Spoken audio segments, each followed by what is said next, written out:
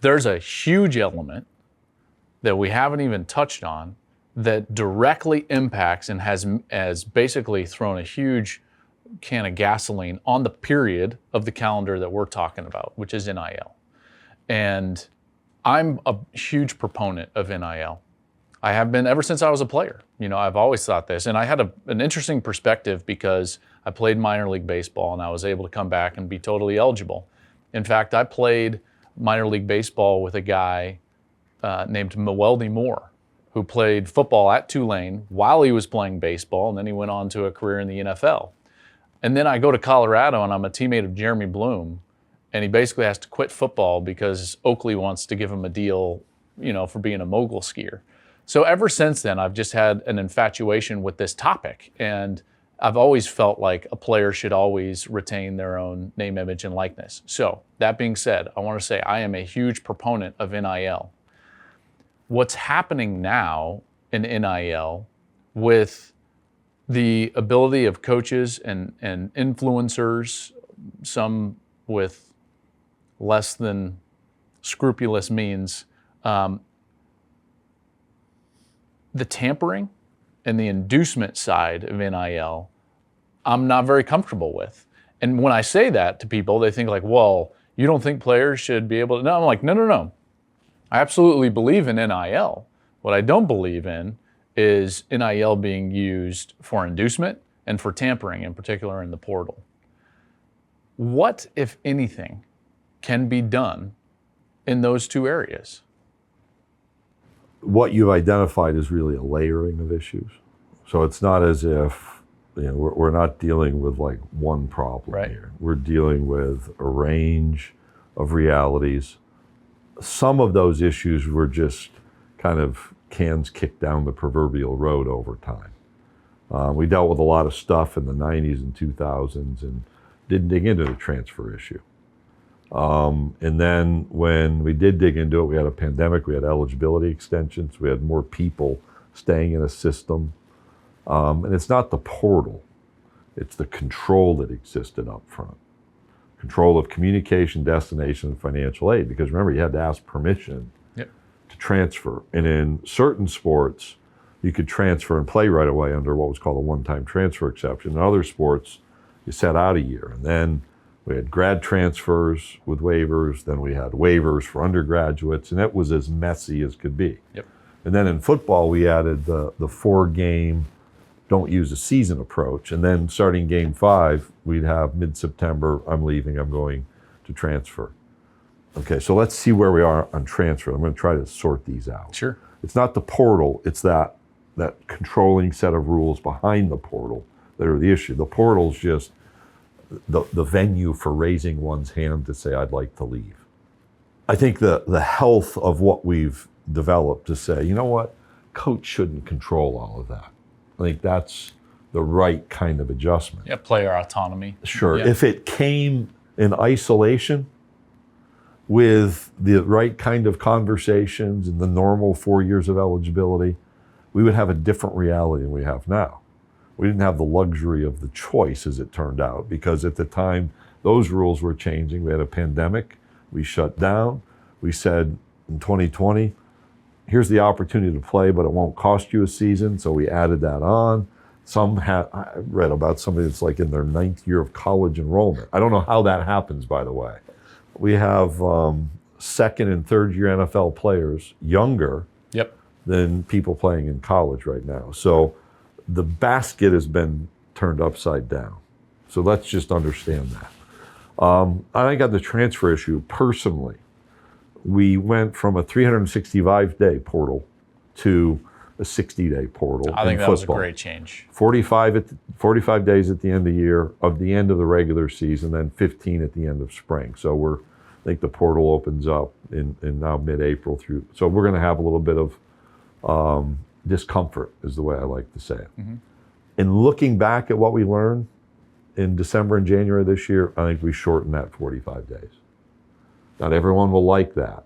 But what you saw was when the portal opened, the day after bowl placement, so every sport, the day after postseason selection is when the portal opens. The first week or two, It's the exact behavior anticipated.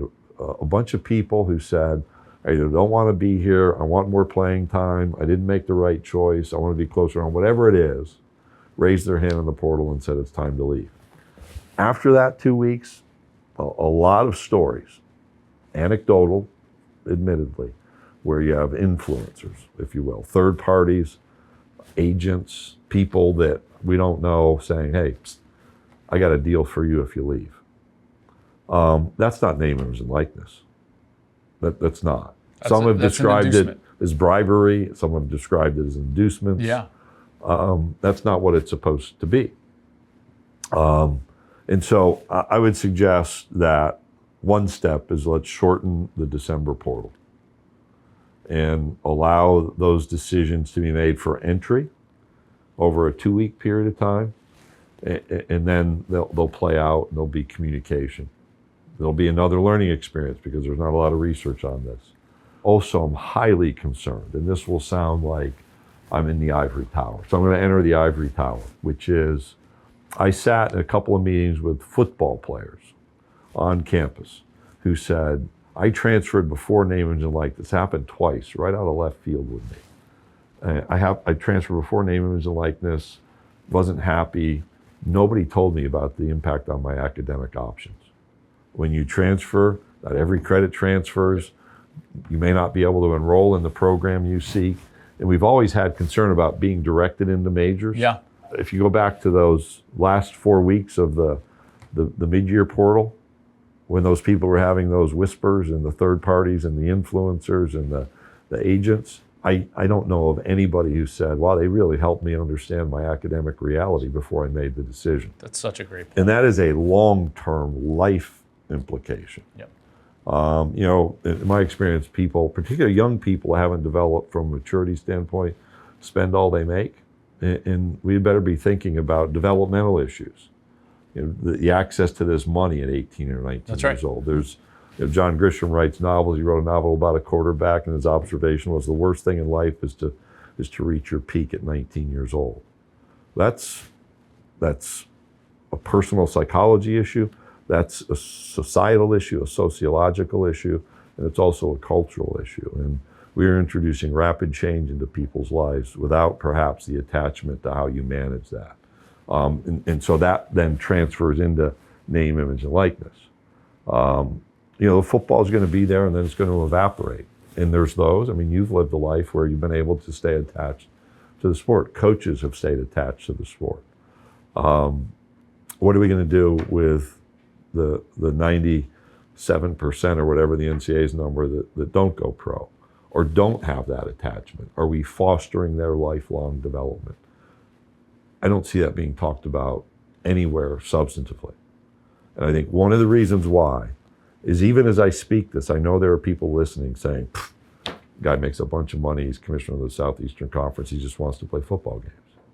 No, what I said on my press conference is, after 15 years or so of this work, when I look back, I was asked about legacy. I want young people who at that point will be in their late 30s down to their early 20s to say, I'm glad he led because he impacted me in a positive way. That's been the history of the vast, vast majority of athletic experiences. It's not perfect. We can all find the negative stories. Mm-hmm. But the vast, vast majority of young people who walk through here magnify their opportunities. We don't disrupt their life completely. Again, we're not perfect. We have to think long and hard about what we're seeing right now and whether that does create the platform for success. You bring up an incredible point. Coaches say it all the time to good ones say it all the time. After big wins, the next Monday or at some point, really good coaches who understand the human element will always say, as good as this is, don't let it be the best thing you've ever done. Right. And I've certainly heard that in locker rooms before. Well, what do you want to be defined by? That's right. A moment at the end of a game, that's a moment. In my late 50s, I look back and think, well, I thought were my moments. No, I never had these moments. And there is so much out there ahead. And that's really how we have to help people prepare.